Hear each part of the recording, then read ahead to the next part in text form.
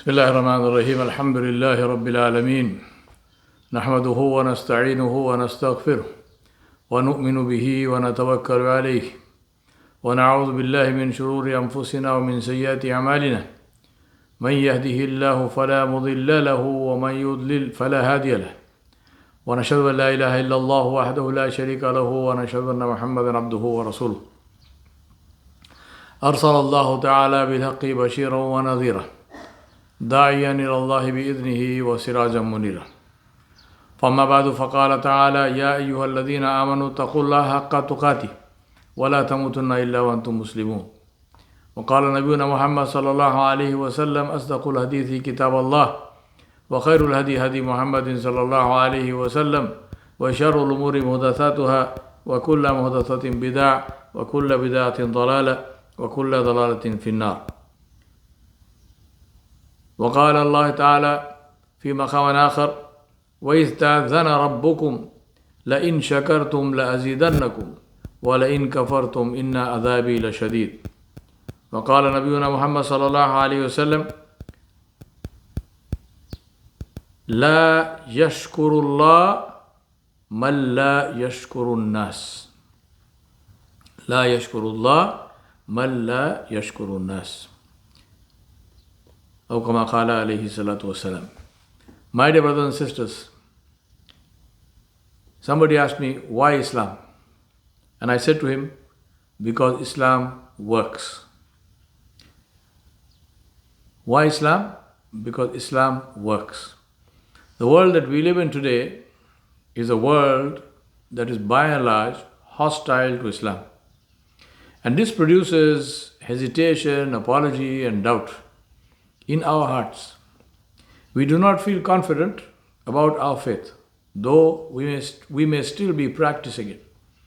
For many, if not most, Muslims, Islam is a set of rituals related to worship and to two events in our lives, marriage and death.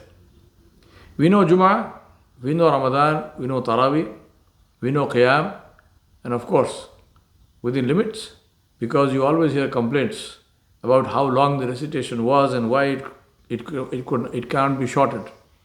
We know the two Eids. We know some haram and halal issues, but those also within limits. And people say, don't make it too difficult, ya Sheikh. Naturally, ritualistic, event-based, episodic following of our religion takes its toll, and we get increasingly more distanced from its purpose, which is to make us winners in this world and the next. And so, despite having the winning formula, we live in apprehension and do not have the confidence to practice what we have, much less to convey it to others. Let me give you a couple of examples of how Islam works, how it is totally and completely applicable and effective today in our modern 21st century world and 21st century life. Among the things that I teach in my corporate practice is customer service. We use two terms in customer service: customer satisfaction and customer delight. Customer satisfaction and customer delight. Customer satisfaction is self-explanatory, that is, to give the customer what he or she expects so that they are satisfied with the experience, they're satisfied with what they got, and they're satisfied with how you give it to them. Customer delight, on the other hand, is to do the unexpected, which delights the customer. Something which is so unusual and good that the customer is very delightfully surprised. Now let's see how this is reflected in the teachings of Rasulullah sallallahu alaihi wasallam. I'm trying to show you and prove to you how Islam works in today's world, in our daily life. I'm not talking about here worship. I'm talking about daily life. Rasulullah sallallahu alaihi wasallam, while reminding and admonishing people to give in full measure, also advised them to give a little more. To give in full measure results in having satisfied customers. To give a little more earns the delight of the customer. Needless to say, this does not apply only to weights and measures, but to every interaction in life. Because everyone in life whether it is my spouse, whether it is my children, whether it's my parents, whether it's my teachers, whether it's my students, whether it's the shopkeeper, whether it's the person who's driving in the lane next to mine when I'm driving my car, whoever it might be, if I'm a ruler, whether it's my subjects, if we are subjects, the ruler, everybody is a customer to everybody else. And what is the advice of the Prophet ﷺ? He said, not only should you give in full measure, but give a little more. In 2003, I was living in Jeddah, and I was returning to India on one of my trips, and I wanted to take some perfume for my father. My father, Rahmatullahi alayhi, was alive at the time, and he loved perfume.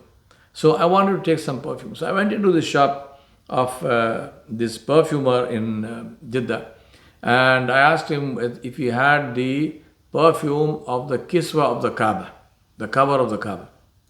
So the man actually smiled and he said, that's not one perfume, that's a combination of several perfumes, and I don't have it.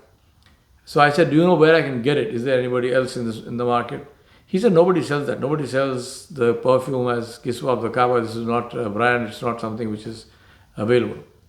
So I said, okay, then in that case, let me get something else. So I browsed around the shop and I picked up 2 bottles because I was going also that evening, I was going for dinner to another friend of mine who was a director in the Islamic Development Bank, IDB. So I was going to his house, so I wanted to take some gift. So I took 1 bottle of perfume for him and I took 1 bottle of perfume for my father. And then when I came to pay at the till, I paid for these 2 bottles. And then this man gives me a 3rd bottle. He put these 2 in a packet, then he gives me a 3rd bottle. I said, what is this? He said, this is the perfume of the kiswa of the Kaaba. I said, you said you don't have it. He said, I don't have it. I don't sell it. I made it up for you. I said, subhanAllah, you made it for me? He said, yeah. He said, he told me, you said you want it for your father, so I made up the perfume for you. So I said, okay, I'm really grateful to you. Thank you so much. How much do I pay for this? He said, no, this is hadiyatukum. He said, this is a gift for you. Gift for you. Give my salam to your father. Now imagine, this is the meaning of this hadith of Mirza Sallam, who said, give something more. Because here is the man, he's giving me full satisfaction. He's giving me the perfume, which I paid for, and then he gives me something else. And even if he had charged me for that, I would have been happy to pay for it because I got something that is not available. But not only does he not charge me for it, not only does he make it up for me, but he gives it to me for free. Now imagine, this story I have told, now it's 18 years since this happened, and I have told this story all over the world. This is the benefit. Delighted customers are loyal customers who make repeat purchases. And most importantly, they become our ambassadors because the most powerful and reliable advertisement is the unsolicited referral of a delighted customer. All free upgrades, bonus points, and all that are based on this principle of giving more. Now, I'm not saying that they are doing it because they know the hadith, but they're doing it because this is how Islam works. What is advised for us in Islam are things which are beneficial for anyone, even if they don't know that they are practicing it because it is something which is benefited in Islam. Another Islamic teaching, the importance of thanking people. Allah subhanahu wa ta'ala said in the ayat which I recited, Surah Ibrahim, وَإِسْتَعَذَّنَا رَبُّكُمْ لَإِن شَكَرْتُمْ لَأَزِدَنَّكُمْ وَلَإِن كَفَرْتُمْ إِنَّا عَذَابِي لَشَدِيدٌ. Allah subhanahu wa ta'ala said, and remember when your Rabb proclaimed, if you give thanks, I will give you more, I will increase my blessing. But if you are thankless, verily my punishment is indeed severe. My brothers and sisters, sadly, our societies and cultures, I'm talking about Muslim societies and cultures, and to some extent also Eastern societies and cultures, our character, and by East I don't mean the Far East. The Far East is very different. I'm talking about the Middle East and extending on to the subcontinent, Indian subcontinent, India, Pakistan, Bangladesh. This is our culture is characterized by the absence of thanks. We do not thank people. Now let me ask you, how many of you thank your wives for all that they do to make your life comfortable in every way? Let me ask, how many of the ladies who are listening to this khutbah thank their husbands for working day and night in jobs which they may not even like, but because they have this responsibility to provide for you and the family? Did you thank them for that? Let me ask, how many children thank their parents for providing all the things that they like, even in many cases at great cost to themselves? They don't even tell the children how much it cost them to get them that particular gadget that they wanted. True, even though Allah subhanahu wa ta'ala advised us and reminded us about being thankful to our parents. But are we? Do we say thank you very much, Jazakumullahu khairan, for all that you do for us? Did you go and say this to your father or your mother?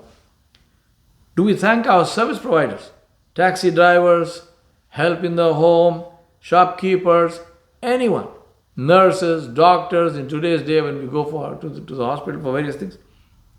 Do we thank them? Yet, we don't hesitate to criticize. But thanks and appreciation comes very reluctantly, if at all. We confuse genuine appreciation with flattery and say that Rasulullah Sallallahu Alaihi Wasallam prohibited us from showing appreciation and from praising something good. Believe me, this is a big mistake and a misunderstanding of the lessons from the seerah. Not only did Rasulullah Sallallahu Alaihi Wasallam praise people directly to their face and in public, but he even gave people beautiful, honorable titles that are mentioned with honor to this day.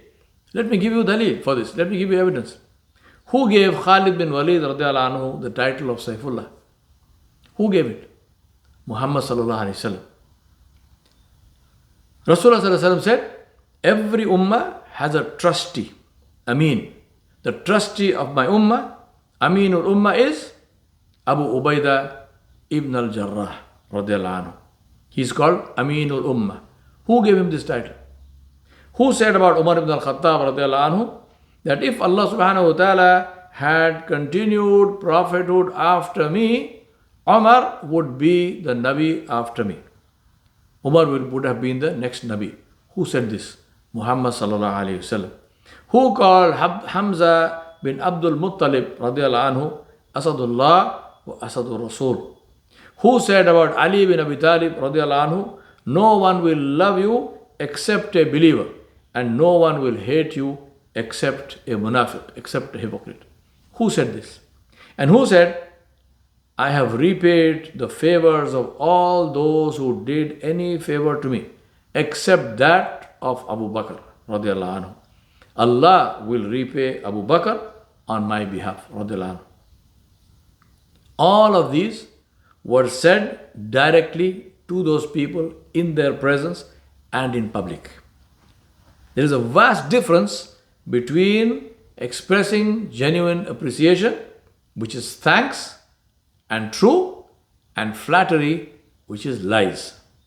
What is prohibited is lying and flattery.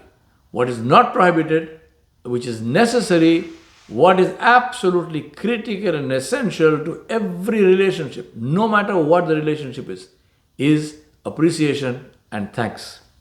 As for criticism, did Rasulullah Sallallahu Alaihi Wasallam criticize anyone? And that too publicly?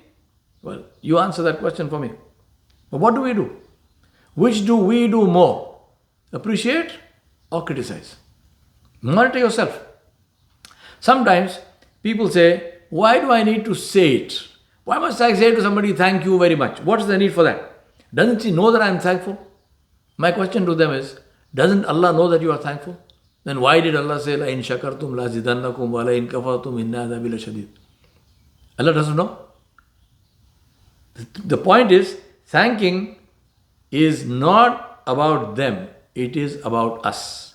It is not done because the other person doesn't know. It must be done because it is due to them. It is their right that they must be thanked. And if we do not thank them, then we will be denying them their right. Rasulullah Sallallahu Alaihi Wasallam was very specific about this. He said in the hadith in Sunan Abi Dawud, an Abi Hurairah radiyallahu anhu, عن النبي صلى الله عليه وسلم قال لا يشكر الله من لا يشكر الناس. Abu Hurairah radiyallahu anhu reported, Rasulullah sallallahu alaihi wasallam said, whoever does not thank people has not thanked Allah. Aw kama qala alayhi salatu wasalam, and this is in Sunan Abi Dawud. Many of us, when we first travel or live in the West, we are struck by how much people thank each other, how much people thank everyone. We enjoy it. We enjoy being thanked. Then let us ask, why don't we do the same to others? Please, sorry, and thank you are perhaps the most common terms used in Western societies. My sister works in NYU Langone Hospital in ICU patient care in Brooklyn, in New York.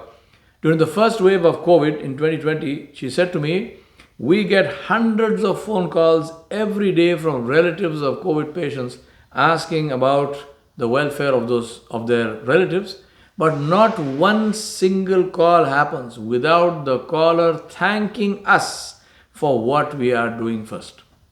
Every single call. In hundreds of calls. And she is the one who receives this call because she is in the center of that unit. He says every single call, the person thanks us for what we are doing. She works nights. So I asked her if she takes packed dinner to eat in the pantry in the hospital. She said, I don't need to take anything because people order food for us. So we said we have pizzas and pies and ice creams and cheesecakes and all kinds of stuff. We said the pantry fridge is full of food and we can just go and take and eat whatever we like. Now, brothers and sisters, appreciation benefits the appreciator more than the appreciated. It is the best of virtuous cycles. Loyalty programs of airlines and hotels and shopping cards and so on, all of these are based on the benefit of thankfulness. As a takeaway from this khutbah, let us resolve to ensure that when we leave here today, we will thank at least one person. And make sure that we thank at least one person every day. And that we will always give more to them than what is due to them. Something more. Give full measure and then a little more.